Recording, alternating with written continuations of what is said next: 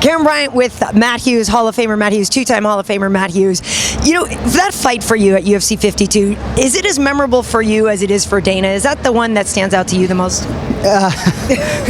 You've caught me with a hard question right off the bat. No, it's not. You know, I thought I was supposed to win that fight.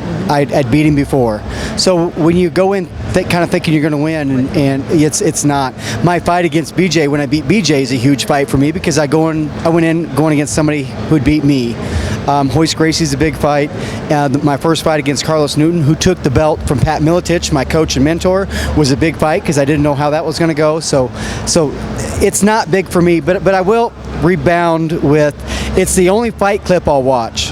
Oh, yeah? And I don't watch me because when I run Frank Trigger across the octagon and slam him, my four cornermen are in view, and they're right above, and they're on their feet, and they're happy. And 30 seconds before that, I was done. Right. So it was an emotional roller coaster for them, and I love watching those guys because they're just so excited. But Frank even admitted, though, that the choke wasn't really that deep. So did you actually feel threatened, or was it more the problem that dealing with the low blow and trying to recover? Yes, I had a guy on my back, and I did recognize that he didn't have the best chokehold on me, but he was still back there.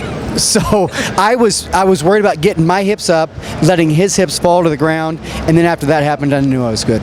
It's funny, when you were out here introducing BJ Penn, you said you never know when he's joking with you and when he's serious. But you know, what kind of a friendship do the two of you have? After he beat me the last time, before we shook hands, I said, "Good luck," in the middle of the octagon.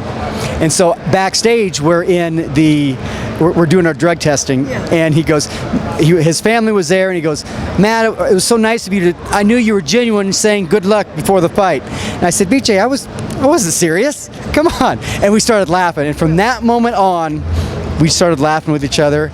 I flew out and helped him train. He flew to Illinois and helped me train, and we're very similar. And he reminds me of my brother. My brother, I don't believe, you can't trust him. He's very sneaky. Right. And BJ, really, he could walk right to us right now and say, "It's 105 degrees and sunny outside," and I won't believe him until I go outside. Do you know, I'm wondering too, for you, you've obviously seen the evolution of the sport and the evolution of the organization. Do you feel like there's a difference between you guys, do you know what I mean, the pioneers and the earlier guys, than there are now with the fighters? Is there a difference, or are you guys kind of all the same breed? I think that's a split answer there. I think we are different because we came into an era where you didn't know what was going to go on. I started with SEG before Zuffa bought it, and you didn't know, was the next event going to go on or was it going to get shut down the night before? And so there's a lot of differences there. Boss Root said it very well earlier. He said, you know, no matter what goes on from here on, pioneers are going to be pioneers. Right. And when you get all the pioneers in, that group's going to be the tight group, you know, and from now on out it'll be everybody else. There could be 2,000 people in but the pioneers are the pioneers. So I'm glad I'm in that group because it's kind of a select group. And do you feel that, you know, this is something that you had always wanted? I asked, Frank, how Frank is saying it's a dream he never knew he had, and then he was able to get in with this fight. But as you were fighting, as you were going along, was that something that was in your goal in terms of what you wanted to achieve besides championships? No, I wasn't. God puts you on a road, and you don't know where you're going to end. And I never thought I'd be a world champion. Never thought I couldn't walk through an airport without somebody saying, "Are you Matt Hughes?"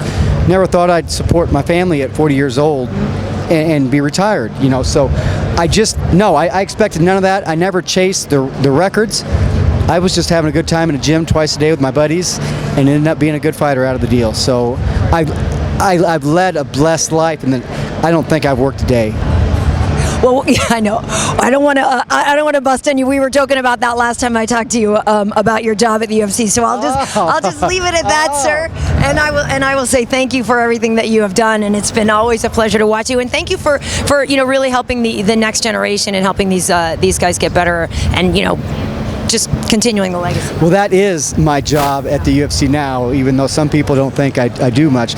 But I don't even have a seat to the fight tonight. I'll be backstage working the whole event. So yes, if I can't be in the octagon, the next thing I want to do is help the younger fighters. Well, thank you, Matt. We were just getting bombed by Rumble over there, but it's good. Thank you so much, sir. I'm Matt Hughes, and you're watching MMA Heat.